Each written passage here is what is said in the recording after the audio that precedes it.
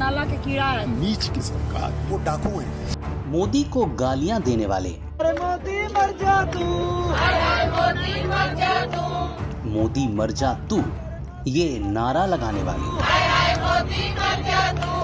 अब अफगानिस्तान में सिखों और हिंदुओं के दर्द को देख नहीं पा रहे हैं। मोदी सरकार वहां फंसे इन लोगों को जिस शिद्दत से निकाल रही है उस पर कोई चर्चा नहीं है। आपको भी शायद लग रहा होगा कि जो ऑपरेशन देवी शक्ति चलाया जा रहा है अपनों को तालिबानियों के बीच से निकालने का, वो चुटकी बजाने जैसा खेल है, मगर ऐसा है नहीं। तालिबान की गोलियों, बम धमाकों और बर्बरता के बीच पहली चुनौती अपने देश की धरती से ही शुरू हो जाती है, क्योंकि भारत से अफगानिस्तान जाने का सबसे छोटा रास्ता पाकिस्तान होकर है, जहां से जाना भारतीय सेना के विमानों के लिए आसान नहीं है। ऐसे में रास्ता चुना जा रहा है ईरान होकर, मगर ईरान से भी अपनी सेना के लिए उसका एयर स्पेस इस्तेमाल करने की इजाजत लेना आसान नहीं था। लेकिन मोदी हैं तो सब मुमकिन है। दूसरी चुनौती है कि सेना का विमान सीधा काबुल एयरपोर्ट पर नहीं उतारा जा सकता, क्योंकि काबुल में तालिबानी कब्जा है।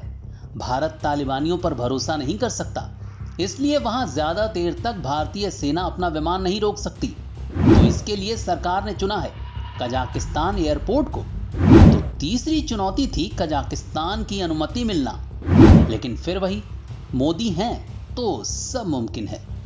कजाकिस्तान के साथ साथ इस काम के लिए सरकार कतर और दूसरे यूरोपियन देशों की भी मदद ले रही है।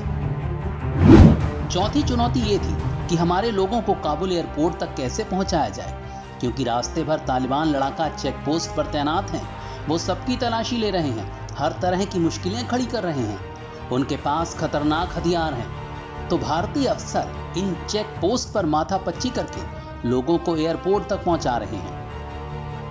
पांचवी चुनौती है एयरपोर्ट पर मची अफरा तफरी, जिसकी वजह से यहां एक जगह इकट्ठे हो पाना संभव नहीं है। तो इसके लिए इंतजाम किया गया एयरपोर्ट के पास ही एक बड़े गैराज का। भारतीय दूतावास, पीएमओ, इंटेलिजेंस और एयरफोर्स के बीच गजब के तालमेल की वजह से लोगों को इस गैराज में पहुंचाया जा रहा है और ये काम बिना रुके चल रहा है। छठी चुनौती है काबुल एयरपोर्ट पर अमेरिकी सेना की मंजूरी, क्योंकि वहां का एटीसी और सिक्योरिटी कंट्रोल अमेरिकी सेना के हाथ में है। जैसे ही अमेरिकी सेना क्लियरेंस देती है, तुरंत कजाकिस्तान एयरपोर्ट पर खड़ा भारतीय विमान हरकत में आ जाता है। सातवीं चुनौती है भारतीयों को गैराज से एयरपोर्ट तक पहुंचाने की। तो जैसे ही एयरफोर्स का विमान काबुल एयरपोर्ट पर लैंडिंग करने वाला होता है, वैसे ही सभी भारतीयों को बुलेट प्रूफ गाड़ी से एयरपोर्ट के भीतर पहुंचाया जाता है। अब आठवीं चुनौती होती है ये प्रक्रिया बेहद सुरक्षित तरीके से चुटकियों में की जाए। तो इसके लिए हमारी स्पेशल फोर्सेस पोजीशन लेती हैं और अधिकारी लोगों को तुरंत प्लेन में चढ़ाते हैं। काम पूरा होते ही अधिकारी दूसरे राउंड के लिए रवाना हो जाते हैं और प्लेन एटीसी की परमिशन मिलते ही टेक ऑफ कर जाता है।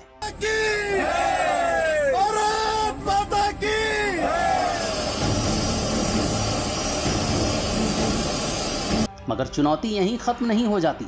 हिंडन एयरबेस पर इन्हें उतारने के बाद कोविड प्रोटोकॉल का पालन, जरूरी क्वारंटाइन पीरियड, इनका खान पान, मेडिकल सुविधाएं और इन्हें घर तक पहुंचाना। यात्री मेंटल शॉक में होते हैं तो उन्हें काउंसलिंग भी दी जाती है।